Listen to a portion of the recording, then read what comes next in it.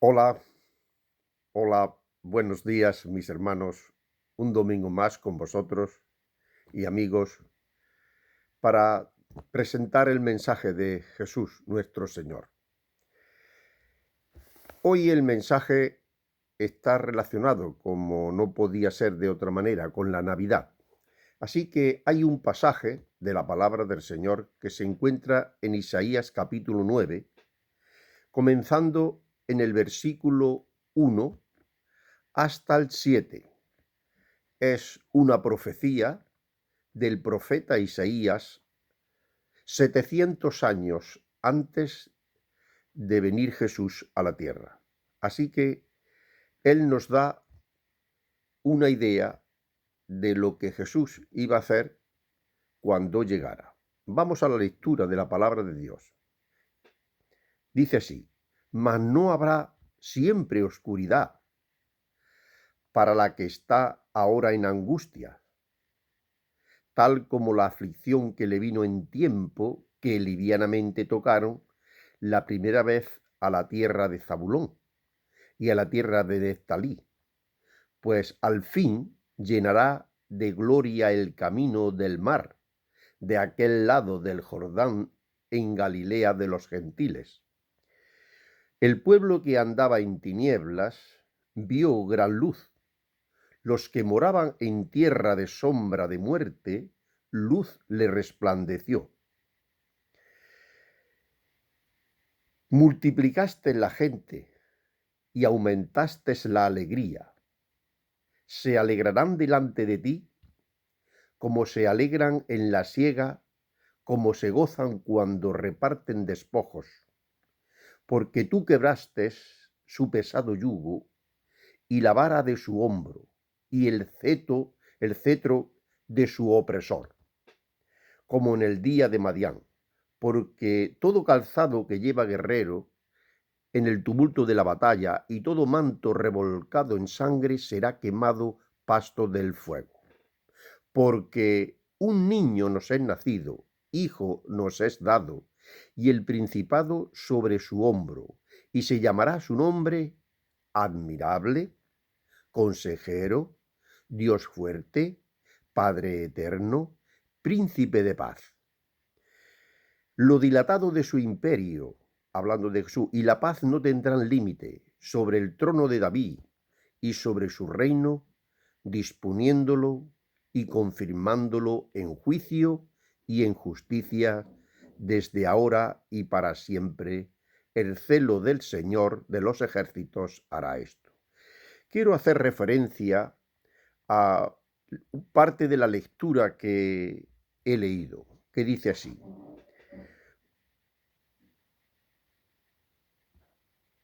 el pueblo que andaba en tinieblas vio gran luz. Los que moraban en sombra de muerte, luz le resplandeció y resplandeció sobre ellos. Multiplicaste la gente, aumentaste la alegría. Se alegrarán de ti como se alegran en la siega, como se goza cuando se reparten despojos. Indudablemente está haciendo referencia a la presencia de Jesús cuando él llegó a Galilea. Jesús, su ministerio se desarrolló especialmente por mucho más tiempo que por ningún otro lugar que en Galilea. ¿Por qué? Porque Galilea era un lugar muy, pero muy necesitado de Jesús. Por eso es que se pasó allí la mayoría de su ministerio en la tierra. Hay una porción de la palabra de Dios que define a Jesús, y ella se encuentra en el versículo 6. El versículo 6 dice así, que Jesús es admirable. Esta profecía de Isaías respecto al Señor Jesús lo define como alguien súper importante. Isaías profetizó acerca de Jesús respecto a su nacimiento. Escribió sobre la vida de Jesús, sobre todo lo que él diría, sobre todo lo que él haría durante todo el periodo de su vida en Israel. También describió Isaías su muerte. Sí, tal como así aconteció en su venida, Isaías lo describió. Isaías también revela los muchos nombres de Jesús. También describió y profetizó acerca del reino que él establecería en la tierra en los últimos tiempos. Pero en especial quiero que ustedes piensen en cómo sería ese Mesías, ese ser que nacería para ser de bendición a la tierra. La Biblia lo llama, y el profeta lo llama, admirable, consejero, Dios fuerte, Padre eterno, príncipe de paz. Nombres que definía a Jesús. Y en especial en esta mañana vamos a hablar acerca de uno de ellos, admirable. ¿Qué significa la palabra admirable? En el diccionario español nos habla que es algo maravilloso, espléndido, excelente, fenomenal, asombroso, inaudito, notable, apreciable, magnífico, estimable, sorprendente, prodigioso, fascinante. Así lo define el diccionario de la lengua española. Porque Jesús era todo esto y más. Admirable se llamará su nombre. Sus nombres evidentemente hablan de lo que fue Jesús, de lo que es y será por la eternidad. En primer lugar, Jesús fue admirable en su nacimiento. Dice la palabra del Señor que la Virgen concibiría. Esta profecía nos habla del nacimiento milagroso de Jesús. Sí. Del mensaje del ángel Gabriel a María. Este mensaje es fascinante porque la primera persona que le fascina, le confunde, se le queda admirada y perpleja ante lo que el ángel Gabriel le dice a María cuando se le aparece a ella. Sí, quedó sorprendida, quedó fascinada y le pregunta: ¿cómo sería esto? Yo soy una doncella joven y todavía no estoy casada. Así que ella quedó fascinada por esta aparición del ángel delante de ella. ¿Por qué? Porque ella le diría, quedó fascinada a causa de cómo sería eso, porque yo no he tenido contacto ni tengo contacto aún con varón, soy una virgen de Israel. Verdaderamente aquí hay algo sorprendente, ¿ven? Hay un misterio. Hubo otros milagros. Hablaremos de la visitación de María un poco más adelante. Hubo otros milagros con relación al nacimiento de Jesús. Sí. Fue milagroso y sobrenatural la aparición de los ángeles a María, a José, a los pastores.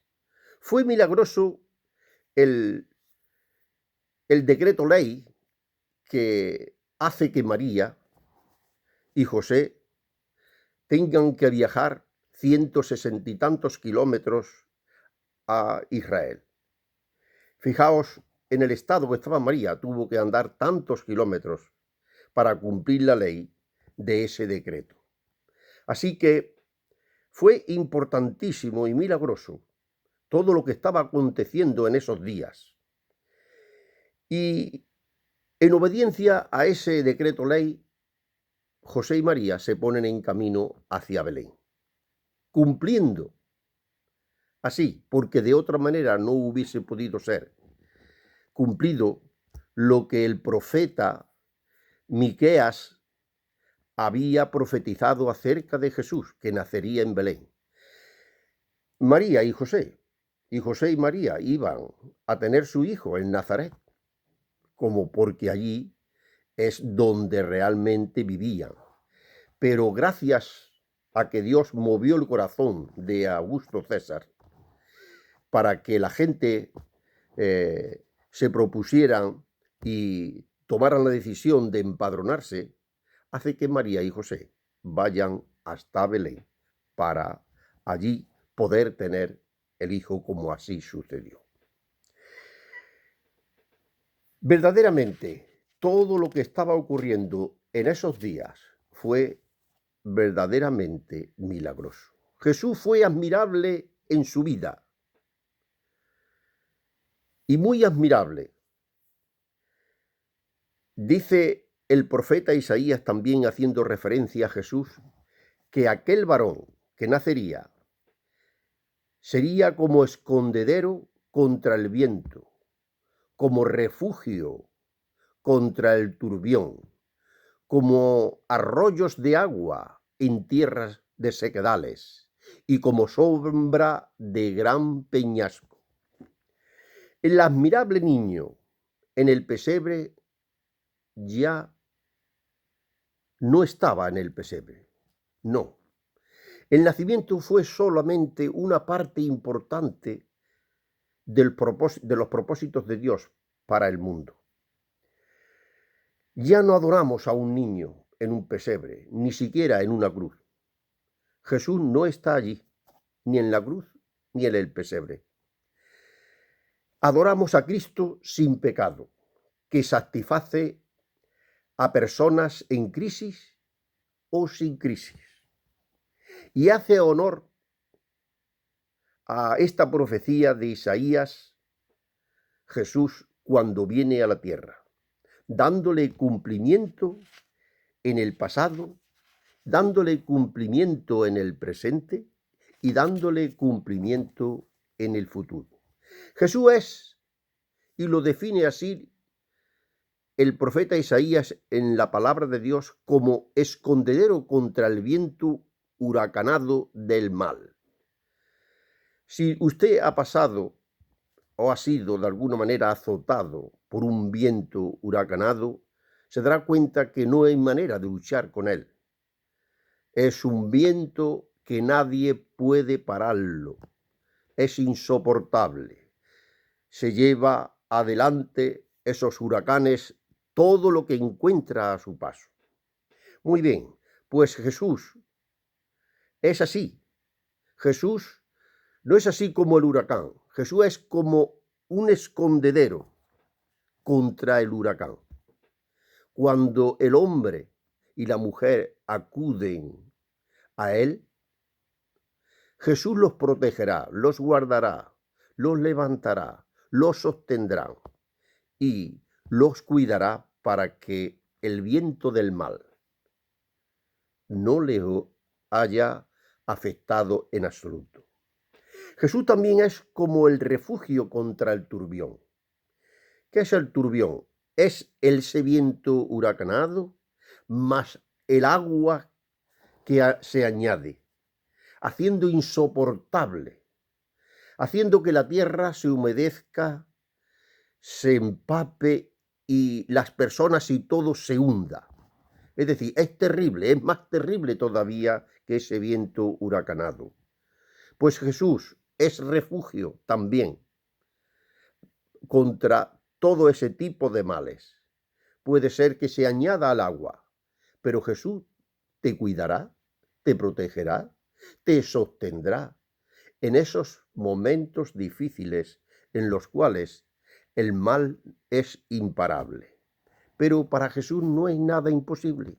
Jesús estará contigo en esos momentos difíciles de tu vida para que tú puedas aguantar y soportar las situaciones que tenga usted que pasar.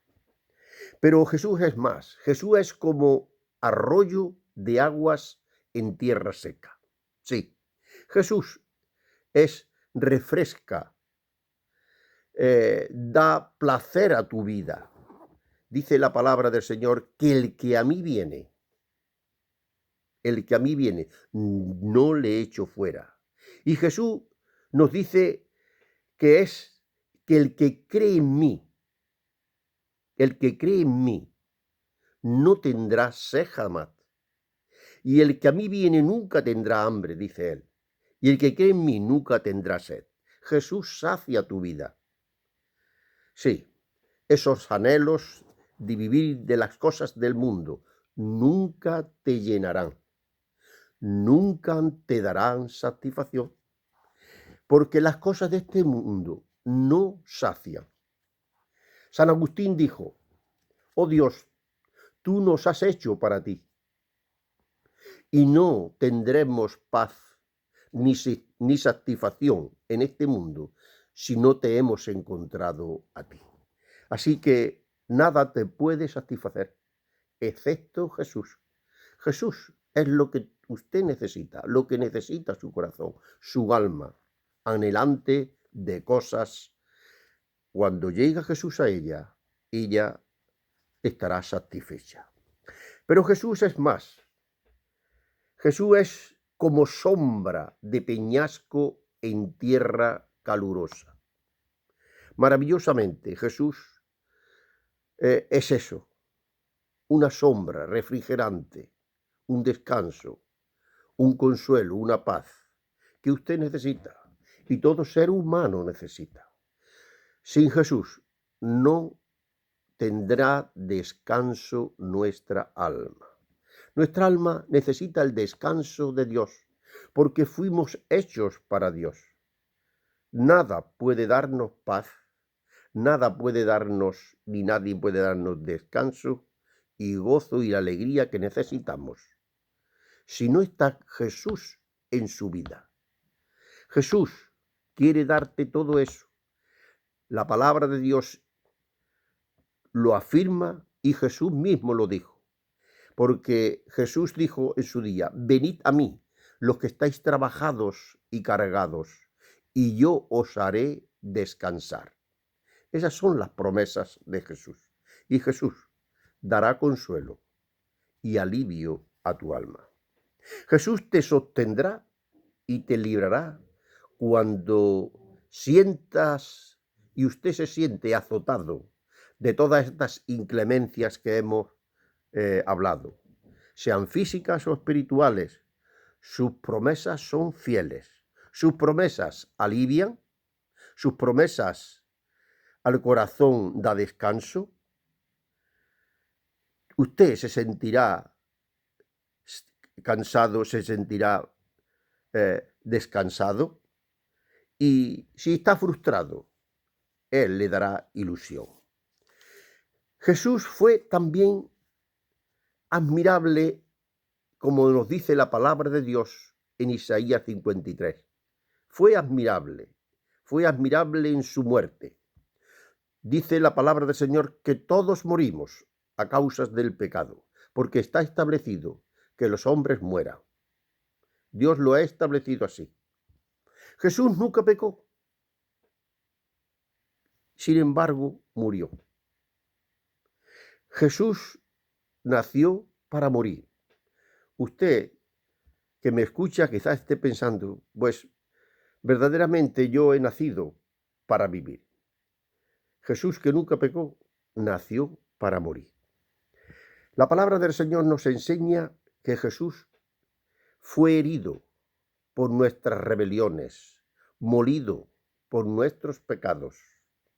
El castigo que merecíamos lo llevó sobre él, y por su llaga fuimos nosotros curados. Murió llevando nuestros dolores, aquel infierno, aquella cosa que nosotros merecíamos. Las llevó Jesús sobre sí mismo. Por eso es que murió en la cruz, para llevar el mal que nosotros merecíamos pagar por nuestros pecados. Murió llevando nuestros dolores. Murió como nuestro sustituto en la cruz. Él nos sustituyó, pagando el precio que teníamos nosotros que pagar. Cruz e infierno fue llevado por él sobre sus hombros. Todos nuestros pecados fueron puestos sobre él. Todos. De todos aquellos que le aceptan como su Señor y su Salvador. Todos nosotros nos descarriamos como ovejas. Cada uno se aparta por su camino. Sin embargo, Jesús quiere reconciliarnos con Él. Para eso vino. Jesús es el Hijo de Dios que te amó de tal manera que pagó el precio de tus pecados en la cruz. ¿Cómo no aceptarle, amigo? ¿Cómo no amarle? ¿Cómo no creerle? Tú decides, porque esto es algo muy personal. Jesús quiere darte la paz, el gozo que usted busca. Jesús también es y será admirable en su reino venidero. El Cristo que murió, el Cristo que resucitó y que reina ahora, vendrá otra vez. Sí, porque Jesús tiene un plan y un propósito en la tierra. Cuando venga a reinar se cumplirá la promesa, dos promesas que le hizo a la Virgen María. ¿Cuáles fueron esas promesas? La primera es que Él reinará para siempre jamás en la tierra. La segunda es que su reino no tendrá fin, porque como Él no tiene fin, su reino sobre aquellos que hayan creído, que le hayan aceptado como Señor y Salvador, no tendrán fin. Será un reino de amor, un reino de paz y un reino de gozo. No es lo que yo digo, es lo que prometió Jesús, que Él lo dijo en su día y delante de sus discípulos, y que ese gozo y esa paz ya la disfrutan muchos de los que hemos aceptado a Jesús como nuestro Señor y Salvador. Concluyendo, ¿es Jesús admirable para usted que me oye? Confíe en Él, acéptele como su Señor y Salvador, y descubrirá que Él es admirable. No es algo que yo pueda incluso describir. Es necesario que usted lo experimente. Usted puede experimentar esa bendición de Dios cuando acepta a Jesús como su Señor y Salvador. Puede usted conocer o experimentar algo más maravilloso que tener a Jesús como su Señor y Salvador. Puede experimentar algo tan maravilloso como tener la paz de Dios, el gozo de Dios, perfecto, justo y santo. Yo le invito en estos momentos a que le diga a Jesús estas palabras. Le diga: Señor Jesús, gracias por llevar todos mis pecados en la cruz. Te necesito. Quiero cambiar de vida. Quiero que tú entres en mi corazón y me hagas una nueva criatura. Entra en él. Sálvame. Perdóname. Hazme hija tuya. Gracias por llevar mis pecados sobre la cruz. Gracias por salvarme. Gracias, Señor Jesús. Amén. Si usted hace esta oración con fe, Jesús le dará el perdón, la salvación, y más maravilloso que esto no encontrará usted otra cosa en este mundo. Que el Señor le bendiga.